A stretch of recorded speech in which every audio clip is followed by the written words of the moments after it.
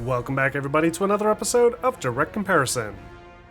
In today's episode, we're going to take an in-depth technical look at the recently released PC version of Ratchet Clank Rift Apart, and see how it stacks up to its original mainline release on the PlayStation 5 platform. For this analysis, Rift Apart on the PC is being played at a native 4K resolution, with all its graphical options pushed up as high as possible, with only a few miscellaneous post-processing effects like motion blur, chromatic aberration, and film grain disabled, in order to capture cleaner still images. The PS5 version, on the other hand, has been captured playing in its 30 FPS Fidelity mode, as this will showcase the game looking its absolute best on the console. That being said, I feel it's also worth looking at some of those upscaling options enabled in both versions of the game. So I will also discuss how the game looks and performs with things like DLSS and performance ray tracing mode enabled.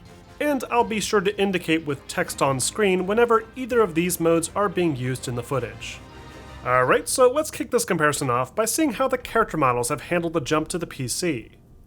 For the most part, the PC versions of our heroes, Ratchet and Clank, and their interdimensional counterparts look to be virtually identical.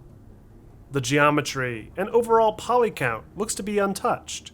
Textures are retained at the same level of quality, and all the animations found in cutscenes and the gameplay have been carried over exactly. Even the incredible fur shader that helps to give Ratchet and Rivet that next-gen look looks about the same. However, I did notice some slight differences with how the hair reacts in this earlier level, as the rain causes the fur to get this matted look, as opposed to the PS5 version where, in the same scene, Ratchet's fur looks almost dry. Other miscellaneous characters have seen some small improvements too, like the Morts, whose hair appears more dense and higher quality than on PS5. But there were a few instances where character models actually looked worse on the PC, mainly during cutscenes. Though this appears to be a bug in the current build of the game, as higher resolution texture retrieval for both character models and many environmental assets seem to be encountering some kind of issue. One of Rift Apart's biggest selling points prior to its release was how it takes advantage of the PlayStation 5's unique solid-state storage capabilities to rapidly load massive environments within seconds, a design that was reportedly not possible to achieve on the older PlayStation 4 hardware. This is most frequently showcased with scenes like this one, where the player is thrust through interdimensional tears from one environment directly into the other, where loading is so fast that it's achieved before the cinematic animation of Ratchet flailing through the air is complete. Unfortunately, this has not translated very well to the PC, as I found installing the game on an SSD with a slightly older i9-10900K processor and 32GB of RAM failed to load nearly as fast as the PlayStation 5, resulting in the player model awkwardly hanging in midair as the system struggles to load the next environment. With a more powerful machine, especially with twice the amount of RAM, the results get closer to what you see on the console. But for players still installing their games on older hard disks, especially one with a lower read speed, this is going to hurt the intended presentation of this very unique effect. But arguably, a far more serious problem is the PC version's tendency to not load textures properly. In nearly every scene, I found myself looking at extremely low-res environmental textures mixed in with the normal 4K textures that completely took me out of the experience. When the textures are loaded properly, the quality matches up exactly to the PS5 version in its fidelity mode. But there's a lot of really big surfaces that, for whatever reason, fail to load the proper high-quality texture map, resulting in an inferior image. On the bright side, the PC version does at least benefit from an increased draw distance, with assets like grass rendering about 50% further than before. Though considering the average scale of these environments and the density of scenes in general, this isn't really something most players would notice anyway, and it's hardly enough of a benefit to offset the current texture loading bug. Adding to the texture woes are a series of really problematic lighting issues that once again give the PlayStation 5 version a massive advantage. For the most part, all the game's lighting looks about the same, with the same level of bloom, coloration, illumination, and volumetrics. It's possible the god rays themselves have been enhanced slightly, as there were a few instances where it appeared as if there were more light shafts pouring in through the trees, though it's difficult to say for sure. Reflections, on the other hand, have some surprising issues that I hope Nixus can fix soon. Screen space reflections, for example, appear to be mostly missing from the game, most evident here, where this robot's reflection doesn't appear at all. The screen space reflections do still work with some objects, like Clank riding on the player's back, but the environmental screen space reflections appear to be bugged at the moment. Meanwhile, the ray trace reflections, while technically a higher resolution and more detailed as seen in these earlier reflections, also reflect certain environmental assets in a completely broken state, with tree leaves appearing as big flat squares, as opposed to the finely detailed branches and leaves we see with the PlayStation 5 version. And it doesn't stop there. The ray-traced shadows look to be experiencing issues too, as many environments, especially this forested planet, seem to be missing almost all the high-quality shadows visible when the effect is disabled entirely. I've seen a few people suggest that this is just the way that ray-traced shadows are handled, in that they diffuse light more naturally and wouldn't be as crisp as the traditional shadow maps. Though that doesn't necessarily explain areas like this one, where the grass appears to be completely devoid of shadows altogether, diffused or otherwise. And considering the issues with other ray-traced effects, it seems more likely that there's just something wrong with the ray-traced shadows at the moment. Even without ray tracing, the PC's shadow map quality is not quite as clean as what's shown on the PS5, with areas where the shadows almost look like they're being duplicated slightly, causing the image to look a bit blurry as a result. The ray-traced ambient occlusion is available on PC as well, which in theory should enhance the edges of objects with softer, more natural shadowing to give scenes a much more tangible depth. But I found the effect to be a bit underwhelming, even at its highest setting, and none of the available options, even disabled, seem to match the look of the PS5 version either. Next up, we have effects. Thankfully, here we don't see any actual reduction in quality on the PC.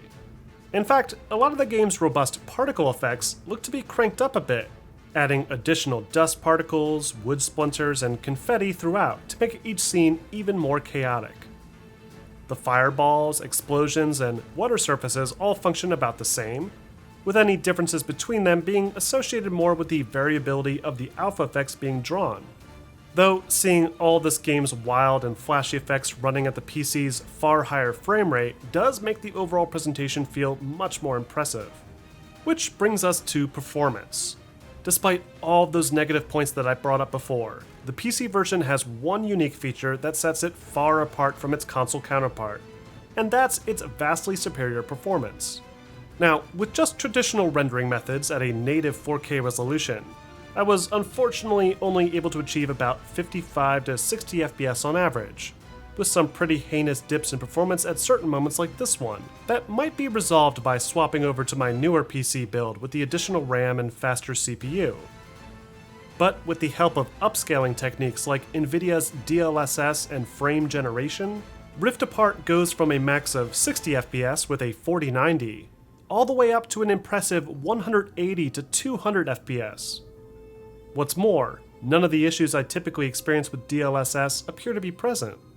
With a really crisp image and none of the annoying artifacts or ghosting that I've found in other games with things like frame generation. Finally, let's wrap up with a brief sound comparison. Which version do you feel offers the best audio quality and design?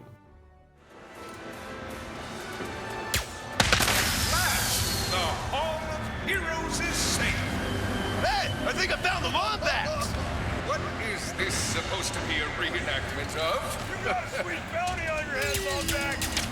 Ratchet, I do not believe this is part of the show.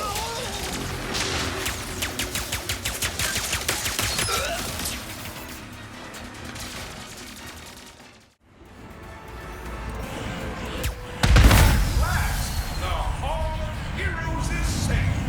Hey, I think I found the wombat! What is this supposed to be a reenactment of? You got a sweet bounty on your head, wombat! Ratchet, I do not believe this is part of the show.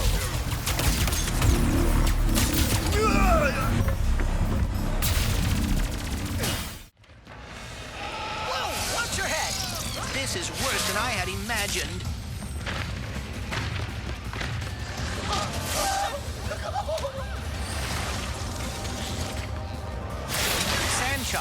from above.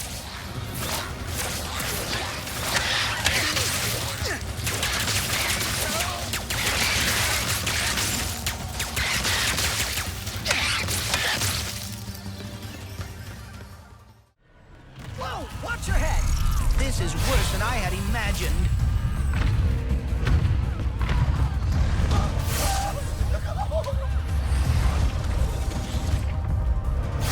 Sand sharks from above.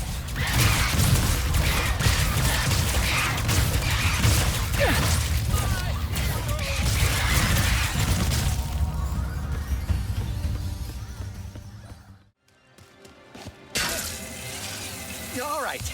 All I gotta do now, whoa, this is fast, is head to the statue, use glitch, get a starship, and then find Clank on Sargasso. I'm on my way, buddy. Just hang in there for a little bit longer.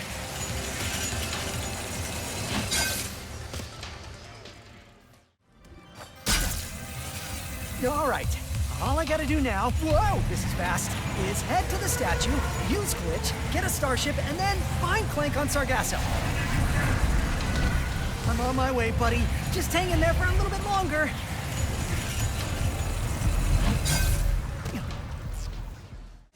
You think a crushing defeat is all it takes to stop me? I mean, yes. Well, think again! We're going to a dimension where I always win, so you can finally know how it feels.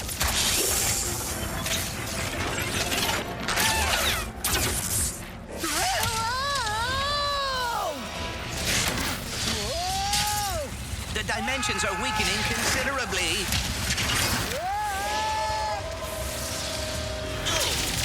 How bad is it?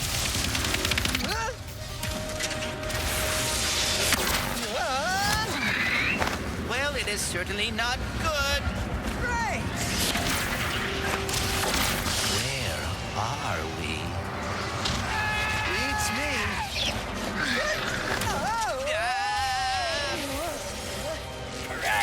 To the depths with How ya! many arms you got? Boy. We've been boarded! Get off me, ship, foul creature!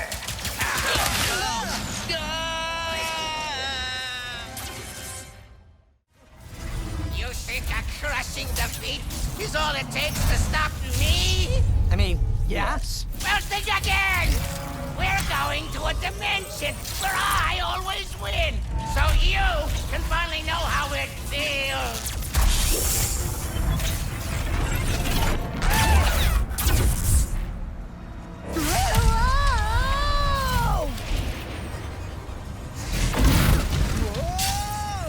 The dimensions are weakening considerably.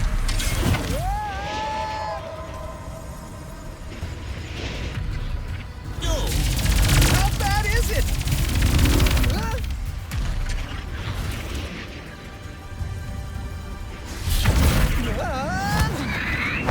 Well, it is certainly not good. Great! Where are we? Beats me.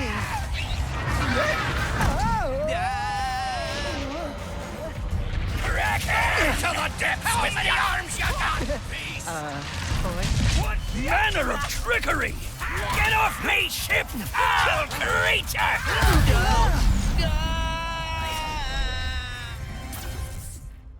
And that wraps up this episode of Direct Comparison.